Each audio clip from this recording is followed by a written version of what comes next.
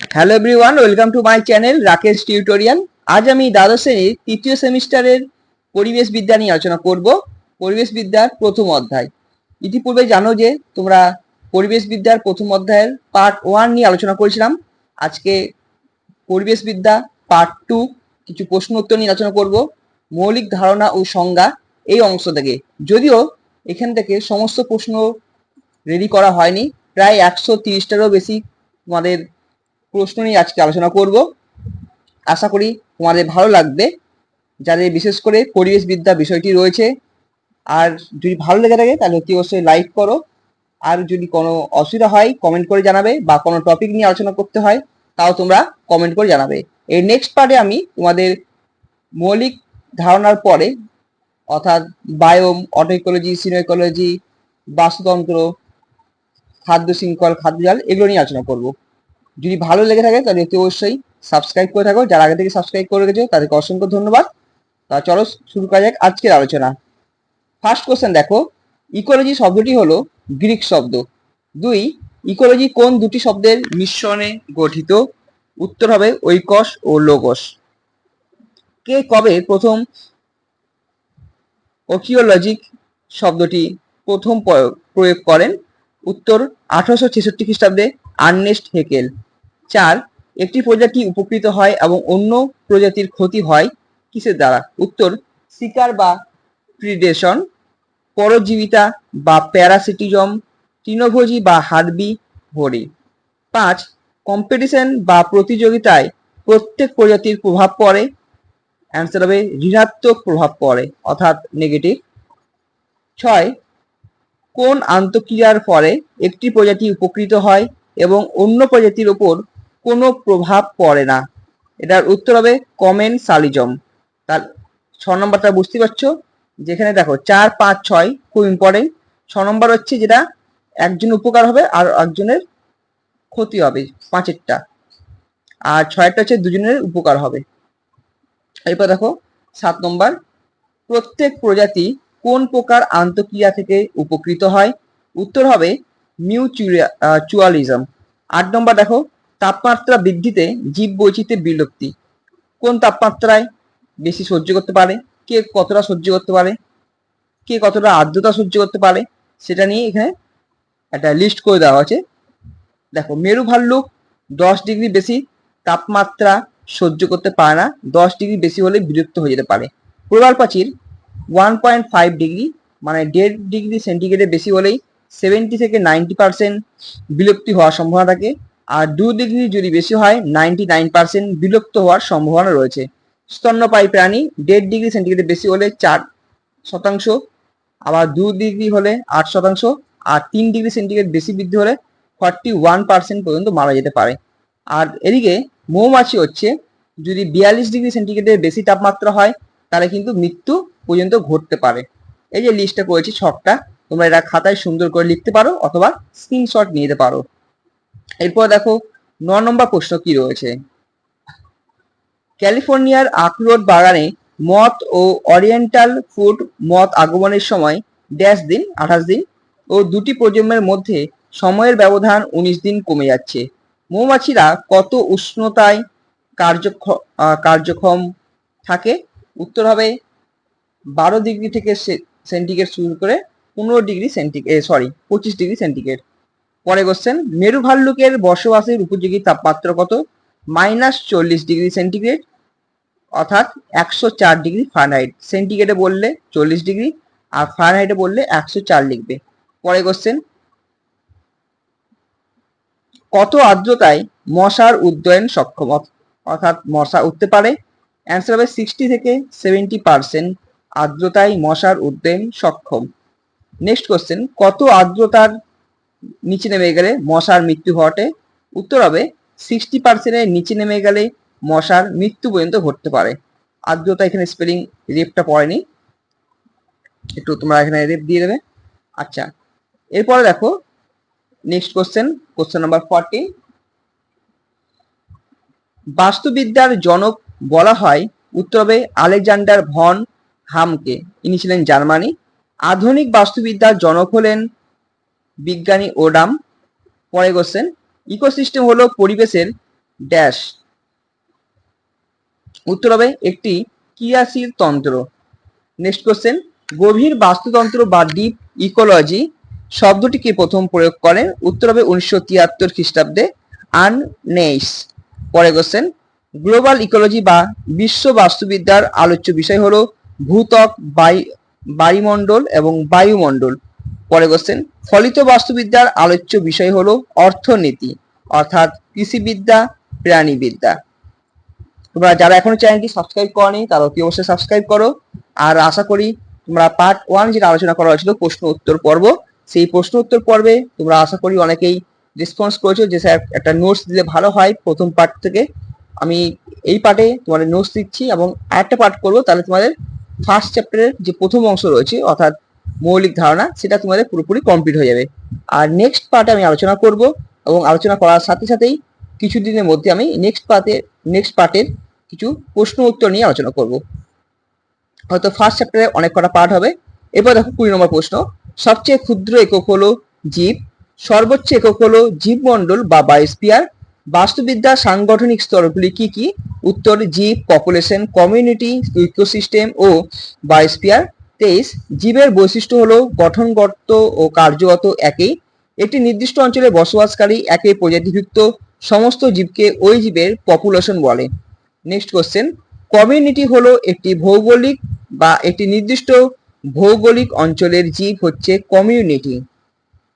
এই কোশ্চেনগুলো তোমরা খাতায় খুব সুন্দরভাবে লিখে নাও অথবা স্ক্রিনশট নিতে পারো।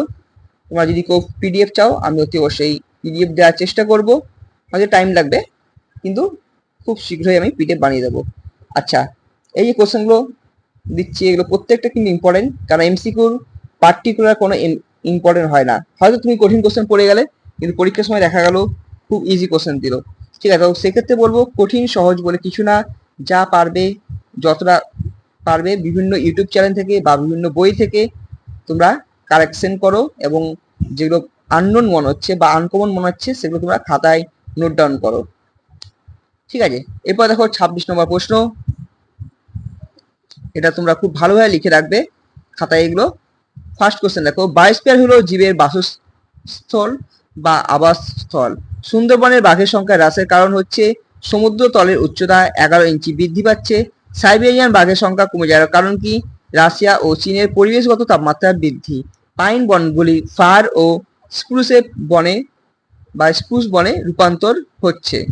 পৃথিবীর সফলতম ও সরলতম ফার্ন প্রজাতি কোনটি? উত্তর হবে ব্র্যাকেন। শুধুমাত্র কোন মহাদেশে ব্র্যাকেন পাওয়া যায় না? অ্যান্টার্কটিকা মহাদেশে। যেহেতু অ্যান্টার্কটিকা মহাদেশ প্রচুর ঠান্ডা আর এখানে বরফ পড়ে তোমরা জানো। নেক্সট কোশ্চেন, কোন পরিবেশে এরা বাঁচতে পারে না? উত্তর হবে অতিরিক্ত ঠান্ডা পরিবেশে ব্র্যাকেন বাঁচতে পারে না। তাহলে অ্যান্টার্কটিকা জায়গায় কিন্তু কোনো ব্র্যাকেন দেখতে পাওয়া যায় না। এগুলো আমি খুব ভালোভাবে আলোচনা করেছিলাম, ব্র্যাকেন, তারপর হচ্ছে বিভিন্ন রকম প্রজাতি যেগুলো অটোইকোলজি, সিনো ইকোলজি রয়েছে সেগুলো নিয়ে আলোচনা করা হয়েছিল আমার চ্যানেলে। এই প্রশ্নগুলি তোমরা খাতায় ভালো করে নোট করে নাও। নেক্সট কোশ্চেন দেখো, 32 নম্বর প্রশ্ন, মানুষের কৃমির প্রকোপ থেকে বাঁচতে সাহায্য করে বা বাঁচতে ব্যবহার করা হয় ব্র্যাকেন। এটি ভেষজ উদ্ভিদ হিসেবে কাজ করে ব্র্যাকেন। কি ধরনের উষ্ণতায় কচুরিপানার প্রকোপ বৃদ্ধি বেশি হয়? উষ্ণ জলে। কোন দেশ থেকে কচুরিপানা ভারতে আসে? ব্রাজিল। কচুরিপানা সমৃদ্ধ অঞ্চলে কোন মশা থাকে ও কি রোগ ছড়ায়? এডিস মশা থাকে এবং ডেঙ্গি রোগ ছড়ায়। কচুরিপানা যুক্ত অঞ্চলে ড্যাশ ঘটে। কচুরিপানা যুক্ত অঞ্চলে ইউট্রোফিকেশন ঘটে। তাই দেখো এই কোশ্চেনগুলো কিন্তু সব কটা ইম্পর্টেন্ট, তোমরা খাতায় ভালো করে নোট করো, লিখে বারবার করে প্র্যাকটিস করো। এবং আমি কিছুদিন পরে তোমাদের মোটামুটি ফার্স্ট চ্যাপ্টার কিছুটা শেষ হবে এবং সেকেন্ড চ্যাপ্টারে কিছুটা শেষ হয়ে যাওয়ার পরে কিছু মডেল প্রশ্ন নিয়ে আলোচনা করব সাতটা পাবলিকেশন এবং পারুল প্রকাশনী বই থেকে, এবং তার সাথে তোমাদের কিছু মক টেস্টও নেব, যার মধ্যে আমি মক টেস্ট নেব 40 নম্বরের প্রশ্ন হবে। আর এই 40 নম্বর প্রশ্ন আশা করি তোমরা খুব ভালোভাবে প্রশ্ন উত্তর দিতে পারবে আর 40 তোলার চেষ্টা করবে। এবার দেখো নেক্সট কোশ্চেন নাম্বার 37, কচুরিপানার গুরুত্ব হলো 1, ভারী ধাতু অপসারণ করে, পোশাক তৈরি করে, নোংরা জল শোধনে কাজে লাগে। নেক্সট কোশ্চেন, সম্প্রদায়গত বাস্তুবিদ্যা বলা হয় সিনোইকোলজিকে। সিনোইকোলজি হলো বিভিন্ন প্রজাতির জীবসমূহের আন্তঃক্রিয়া। সিনোইকোলজি কত প্রকার ও কি কি? উত্তর হবে 3 প্রকার: পপুলেশন, কমিউনিটি আর ইকোসিস্টেম। পপুলেশন ইকোলজির আলোচ্য বিষয় কি? পপুলেশন ইকোলজির আলোচ্য বিষয় হলো জীব গোষ্ঠী সংখ্যা নিয়ন্ত্রণ, অর্থাৎ জীব গোষ্ঠীকে কিভাবে কন্ট্রোল করা হবে, সেটা হচ্ছে পপুলেশন ইকোলজির আলোচ্য বিষয়।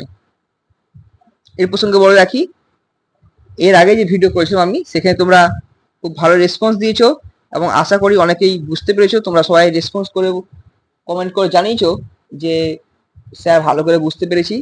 তো আশা করি এই প্রশ্নগুলো খুব একটা তোমাদের অসুবিধা হবে না।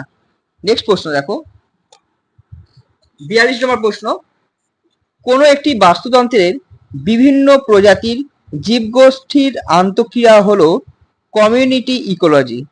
নেক্সট, ইকোসিস্টেম ইকোলজি হলো কোনো নির্দিষ্ট স্থানের বাস্তুতন্ত্রের আলোচনা। নোনা জলের বাস্তুবিদ্যার উদাহরণ হলো মোহনা, গভীর সমুদ্র। লোটিক বা প্রবাহমান জলের উদাহরণ হলো নদী ও ঝর্ণার জল। লেন্টিক বা স্থির জলের উদাহরণ হলো পুকুর বা হ্রদ। লোটিক মানে যেটা বয়ে চলে, আর লেন্টিক মানে যেটা স্থির হয়ে এক জায়গায় থাকে। নেক্সট কোশ্চেন, জলাভূমি জলের বাস্তুবিদ্যা কেমন হয়? উত্তর, নির্দিষ্ট কোনো বৈশিষ্ট্য নেই এবং 6 মিটারের কম গভীর হয়। তৈগা বনভূমি কোথায় দেখা যায়? রাশিয়া ও কানাডার উত্তর অংশে। তুন্দ্রা বাস্তুতন্ত্রের একটি বৈশিষ্ট্য হলো সুউচ্চ পর্বতের চূড়া। সাইলেন্ট ভ্যালি কোথায় অবস্থিত এবং এটি কি ধরনের বাস্তুবিদ্যা? কেরল রাজ্যে অবস্থিত বা কেরালা। এটি ক্রান্তীয় বৃষ্টি অরণ্য বাস্তুবিদ্যা। জীব সম্প্রদায়ের জীবভর সম্পর্কে জানা যায় প্রোডাক্টিভ ইকোলজি। মাইক্রোবিয়াল ইকোলজি হলো অণুজীব সম্পর্কিত। নেক্সট, বিকিরণ সম্পর্কিত অধ্যয়ন হলো রেডিয়েশন ইকোলজি। প্যালিও ইকোলজি হলো জীবাশ্ম ঘটিত প্রমাণ করে অতীতের বাস্তুতন্ত্র জানা। মহাকাশের পরিবেশ সংক্রান্ত ইকোলজি হলো স্পেস ইকোলজি। প্রাকৃতিক সম্পদের নিয়ন্ত্রণ হলো কনজারভেশন ইকোলজি, অর্থাৎ সংরক্ষিত যেটা করে থাকা হয় সেটাকে বলা হয় কনজারভেশন ইকোলজি বা সংরক্ষিত বাস্তুতন্ত্র। নেক্সট কোশ্চেন, মহাকাশ সম্পর্কিত ইকোলজি হলো স্পেস ইকোলজি। এটা 55 নম্বর কোশ্চেন আর 57 নম্বর কোশ্চেন সেম হয়ে গেছে, তোমরা যা নাও লিখতে পারো। তাই দেখো কোশ্চেনগুলো মোটামুটি ইজি লাগছে, আশা করি যারা আগের ভিডিও দেখেছো তাদের জন্য এটা খুবই ইজি। নেক্সট কোশ্চেন দেখো 58, মানুষ বা কোনো প্রাণীর বিবর্তন সম্পর্কিত বিদ্যা হলো ইভলিউশনারি ইকোলজি। কোন প্রাণীর প্রজনন হার, পরিচর্যা ইত্যাদি সম্পর্কিত বিদ্যা হলো বিহেভিয়ারাল ইকোলজি। মলিকিউলার ইকোলজি হলো নতুন প্রজাতির উৎপত্তি বা কোনো প্রজাতির অবলুপ্তি। রাসায়নিক যৌগের মাধ্যমে আন্তঃক্রিয়া অধ্যয়ন হলো কেমিক্যাল ইকোলজি। অ্যাপ্লাইড ইকোলজি হলো বাস্তুবিদ্যার নীতি প্রয়োগ করা। অ্যাপ্লাইড অজফলাকার হবে, এটা এখানে জফলাটা ভালো করে পড়েনি, টাইপিং মিস্টেক। যাই হোক, তাহলে অ্যাপ্লাইড ইকোলজি আর হচ্ছে যেটা প্রয়োগ করা, কোনো কিছু প্রয়োগ করাকে বলা হয় অ্যাপ্লাইড ইকোলজি বা বাস্তুবিদ্যার নীতি প্রয়োগ করা। নেক্সট কোশ্চেন দেখো 63 নম্বর প্রশ্ন, 63, ইকোসিস্টেম ইকোলজি হলো কোনো নির্দিষ্ট জীব ও পারিপার্শ্বিক অবস্থা। এথিক্যাল ইকোলজি হলো বাস্তুতান্ত্রিকভাবে স্বাক্ষর সম্প্রদায়ের রূপান্তর, মানুষ ও প্রকৃতির সম্পর্ক বজায় রাখা। মৃত্তিকা সম্পর্কিত অধ্যয়ন হলো পেডোলজি। জন্মহার, মৃত্যুহার, পরিযান সম্পর্কিত ইকোলজি হলো পপুলেশন ইকোলজি।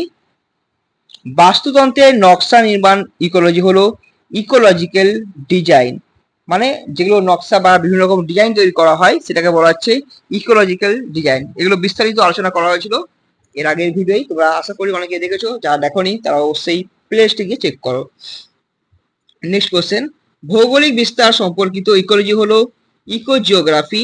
ল্যান্ডস্কেপ একটি ডাচ শব্দ। ল্যান্ডস্কেপের আবিধানিক অর্থ হলো প্রাকৃতিক দৃশ্যের ভরপুর বর্ণময় রঙিন গ্রাম অঞ্চল। সর্বপ্রথম কে ল্যান্ডস্কেপ ইকোলজি বা ভূদৃশ্য বাস্তুরীতি ব্যবহার করেন? Carl Troll. কোন ভূদৃশ্য বায়ুমণ্ডলের নিম্ন স্তরে দূষণের মাত্রা নির্দেশ করে? আকাশ ভূদৃশ্য বায়ুমণ্ডলের নিম্ন স্তরে দূষণের মাত্রা নির্দেশ করে। সব থেকে গতিশীল ভূদৃশ্য কি? তোমরা নিজেরাই অ্যান্সার দাও। সব থেকে গতিশীল ভূদৃশ্য ভেবে নাও। দেখো পৃথিবীতে সব থেকে বেশি জায়গা জুড়ে রয়েছে। 5 সেকেন্ড টাইম দিচ্ছি, বলো। সঠিক উত্তর হবে আকাশ ভূদৃশ্য। নেক্সট কোশ্চেন, জল ভূদৃশ্য হলো নোনা জল ও মিষ্টি জলের সমন্বয়। শোলা অরণ্যকে বলা হয় ওভারহেড ওয়াটার ট্যাঙ্ক। শোলা অরণ্যে ঘাস জমির অনুপাত 1:5। প্রাণী ভূদৃশ্যের একটি উদাহরণ হলো প্রবাল প্রাচীর। প্রবাল প্রাচীরের সমুদ্রের কয়েকটি মাছ হলো trigger fish, butterfly fish, angel fish. মানব ভূদৃশ্যের 3টি ভাগ হলো গ্রাম, শহর ও মেগাসিটি। এরা মানব ভূদৃশ্য, অনেক সময় মানুষেরাই শহরের পত্তন করে, মেগাসিটিরও কিন্তু মানুষের জন্যই সৃষ্টি হয়ে থাকে। এগুলো খুব ভালো করে তোমরা দেখো, এগুলো কিন্তু এমসিকিউ হিসেবে কিন্তু দিতে পারে, বা অনেক সময় এমসিকিউ যে বিভিন্ন স্টেটমেন্ট তুলতে পারে বা ব্যাখ্যা কারণ এগুলো তুলে দিতে পারে। নেক্সট কোশ্চেন দেখো, পরিবেশের তাপমাত্রা নিয়ন্ত্রণে কোন ভূদৃশ্য কাজ করে? উদ্ভিদ ভূদৃশ্য। শব্দ দূষণ নিয়ন্ত্রণ, পরিবেশ মাত্রা নিয়ন্ত্রণে কোন উদ্দেশ্য কাজ করে? উদ্ভিদ ভূদৃশ্য। শোলা অরণ্য ও তৃণভূমি দেখা যায় আর্দ্র নাতিশীতোষ্ণ আবহাওয়াযুক্ত অঞ্চলে। শোলা অরণ্যভূমি কোথায় দেখা যায়? দক্ষিণ ভারতের নীলগিরি অঞ্চলে। অ্যাপিফাইডের উদাহরণ হলো লাইকেন, ফার্ন ও মস। পশ্চিমঘাট পর্বতের শোলা অরণ্যের বৈশিষ্ট্য হলো উদ্ভিদের বৃদ্ধির হার কম, কাঠের দামও কম, পরিণত হতে প্রায় 100 বছর সময় নেয়, আর চিরহরিত অরণ্য দেখা যায়। এটা হচ্ছে পশ্চিমঘাট পর্বতের শোলা অরণ্যের বৈশিষ্ট্য। টোটাল 85 খানা কোশ্চেন আলোচনা করা হয়েছে, এখনো অনেক কোশ্চেন বাকি রয়েছে, তোমরা এগুলো খাতায় একটু ভালো করে লিখে নাও। নেক্সট কোশ্চেন দেখো, বর্তমানে ভারতে কয়টি মেগাসিটি রয়েছে? 8টি। ভারতের অর্থনৈতিক বৃদ্ধি ও জিডিপির প্রধান চালিকা শক্তি হলো মেগাসিটি সমূহ। হিমবাহ, ভাঁজ, চ্যুতি কি ধরনের ভূদৃশ্য? পর্বত ভূদৃশ্য। উপকূলীয় ভূদৃশ্য গঠিত হয় বায়ু প্রবাহ ও সমুদ্র তরঙ্গের দ্বারা। বালিয়াড়ি, উপহ্রদ, উপসাগর, অ্যাটল হলো উপকূলীয় ভূদৃশ্য। খাঁড়ি, অশ্বক্ষুরাকৃতির হ্রদ, জলপ্রপাত হলো নদী ভূদৃশ্য। আশা করি এগুলো ক্লাস 10-এ পড়েছো, তো ফলে খুব এগুলো একটা কঠিন লাগবে না, কারণ অশ্বক্ষুরাকৃতির হ্রদ, জলপ্রপাত, তারপর হচ্ছে মন্তকূপ, পটহল, ঠিক আছে, এগুলো কিন্তু সব নদী ভূদৃশ্যের মধ্যে পড়ছে। আর বালিয়াড়ি ভূদৃশ্য যেগুলো হচ্ছে পুরো মরুভূমি অঞ্চলে দেখা যায়। তো যেখানে দেখবে মরুভূমির ভূদৃশ্যের মধ্যেও রয়েছে বারখান, প্লায়া, যে মরুভূমিতে হ্রদ দেখা যায়। ঠিক আছে, তো 92 প্রশ্ন দেখো, 92 নম্বর প্রশ্ন, কার্স্ট ভূদৃশ্যের উদাহরণ হলো গুহা প্রস্রবণ, স্ট্যালাকটাইট, সিঙ্কহল। স্ট্যালাকটাইট স্ট্যালাকমাইটও হয়। মানব ভূদৃশ্য গঠিত হয় মানুষের কার্যাবলী দ্বারা। মানব ভূদৃশ্যের উদাহরণ হলো রাস্তা, বিল্ডিং, পরিবহন। মুন্নার কেরলে অবস্থিত, কি জন্য বিখ্যাত? চা বাগানের গালিচার জন্য। জয়সলমীর রাজস্থানে অবস্থিত, কি জন্য বিখ্যাত? বালিয়াড়ি। হাম্পি কর্ণাটকে অবস্থিত, কি কারণে বিখ্যাত? স্থাপত্যের ধ্বংসাবশেষ।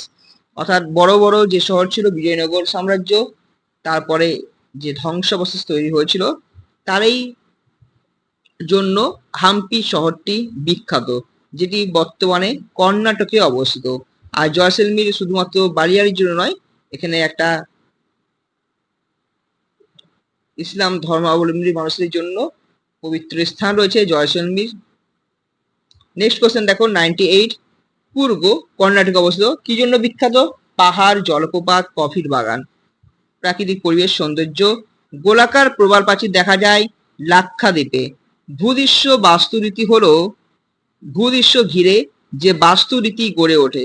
বাসস্থান ও বাস্তুতন্ত্রের দুটি পার্থক্য হলো বাসস্থান বাস্তুতন্ত্রের অন্তর্গত, কিন্তু একটি বাস্তুতন্ত্রেও একাধিক বাসস্থান যুক্ত হতে পারে। খ, একটি বাসস্থানে একটি অথবা অল্প সংখ্যক প্রজাতি থাকে, কিন্তু একটি বাস্তুতন্ত্রে সর্বদাই বহু সংখ্যক প্রজাতি অবস্থান করে। তাহলে এই যে এগুলো দেখো প্রশ্নগুলো, শুধুমাত্র দুটো পার্থক্য নয়, আরো পার্থক্য রয়েছে, কিন্তু মেন যে দুটো পার্থক্য সেখানে আমি তুলে ধরেছি। তোমাদের এগুলো এই দুটো পার্থক্য তোমাদের পড়তে হবে। যদি টেক্সট বই পড়ো, টেক্সট বই দেখো, তোমরা এগুলো পেয়ে যাবে কিন্তু। নেক্সট দেখো 102 নম্বর প্রশ্ন, সমস্ত ধরনের পুষ্টি স্তর ড্যাশের অন্তর্গত। উত্তর হবে বাস্তুতন্ত্রের অন্তর্গত। প্রজাতির সংখ্যার ভিত্তিতে হ্যাবিটেট কয় প্রকার ও কি কি? 3 প্রকার। মনোটাইপিক হ্যাবিটেট, পলিটাইপিক হ্যাবিটেট, মাইক্রো হ্যাবিটেট। এবার দেখো, মনোটাইপিক হ্যাবিটেট হলো একটি নির্দিষ্ট ভৌগোলিক অঞ্চলে একটি নির্দিষ্ট কোনো জাতির উদ্ভিদ বা প্রাণী দেখা যায়। মনোটাইপিক হ্যাবিটেটের উদাহরণ হলো কলসপত্রী, শিম্পাঞ্জি, গরিলা। আচ্ছা, এরপর দেখো পলিটাইপিক হ্যাবিটেটের উদাহরণ দাও। পলিটাইপিক হ্যাবিটেটের মধ্যে কি কি রয়েছে একবার দেখে নেওয়া যাক। তার আগে বলি, যারা চ্যানেলটি এখনো সাবস্ক্রাইব করনি তারা অতি অবশ্যই সাবস্ক্রাইব করো, আর বন্ধুদের মধ্যে শেয়ার করো। শেয়ার করলে আরো বেশি মোটিভেট পাবো, তোমার এই অনুপ্রেরণার উৎস। আর বন্ধুদের বলো যদি কোনো অসুবিধা হয় তাও কিন্তু কমেন্ট করে জানাতে। আচ্ছা, নেক্সট কোশ্চেনটার উত্তর দেখো। পলিটাইপিক হ্যাবিটেটের উদাহরণ হলো মাছ, কচ্ছপ। পলিটাইপিক হ্যাবিটেট হলো একটি নির্দিষ্ট অঞ্চলে একাধিক প্রজাতি বাস করে। পচনশীল গাছের শাখা ও কাণ্ড হলো মাইক্রো হ্যাবিটেট। প্রতি 60 মিনিটে কত একর বাসস্থান ধ্বংস হয়? 240 একর। বাসস্থান খণ্ডীভবনের ঘটনা কোথায় বেশি হয়?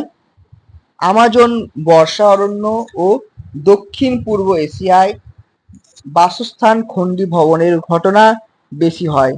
তুন্দ্রা প্রাণীরা সাধারণত কি কারণে পরিযান করে? পরিবেশ প্রতিকূল হলে তুন্দ্রা প্রাণীরা সাধারণত পরিযান করে বা এক জায়গা থেকে অন্য জায়গায় চলে যায়। 112 নম্বর প্রশ্ন দেখো। মরুভূমি জলবায়ুর বৈশিষ্ট্য হলো দিনের বেলায় তাপমাত্রা বেশি ও রাত্রিরে কম থাকে। বার্ষিক বৃষ্টিপাতের পরিমাণ 250 মিলি কম বা মিলিমিটারে কম হয়। জারবোয়া বা জারোয়া উচ্চতাপের থেকে রক্ষার জন্য কি করে? মাটির নিচে গর্ত করে, সুড়ঙ্গে বাস করে। অনেক সময় পাথরে যে ফাটল থাকে সেই পাথরের ফাটলের মধ্যেও কিন্তু বাস করে থাকে। লম্বা কানের সাহায্যে দেহ থেকে তাপ বের করে দেয় কে? ফেনক ফক্স। নেক্সট, কে কুঁজে সঞ্চিত ফ্যাট ভেঙে শক্তি সংগ্রহ করে? উত্তর হবে উট। কুঁজের মধ্যেই তার ফ্যাট বা শক্তি সঞ্চিত থাকে। নেক্সট, উট কত লিটার পর্যন্ত জল পান করতে পারে? 240 লিটার। আর উট কিন্তু এক চুমুকে 50 লিটার জল পান করতে পারে, মানে একেবারে 50 লিটার জল পান করে নিতে পারবে। মোট অতিরিক্ত জল সহ্য করতে পারে কেন? এটা উট হবে। এদের লোহিত রক্তকণিকার ডিম্বাকার হয় তাই। বাওবাব বৃক্ষ কত জল সঞ্চয় করতে পারে? 20,000 গ্যালন জল সঞ্চয় করতে পারে। নেক্সট, তুন্দ্রা বাসস্থানকে কি ভাগে ভাগ করা যায়? Alpine tundra, Arctic tundra. Tundra অঞ্চলে কি কি গাছ দেখতে পাওয়া যায়? তুন্দ্রা অঞ্চলে মস, সেজ, লাইকেন ইত্যাদি গাছ দেখতে পাওয়া যায়। তুন্দ্রা অঞ্চলের উদ্ভিদগুলি পাতা ক্ষুদ্র ও মোমযুক্ত হয় কেন?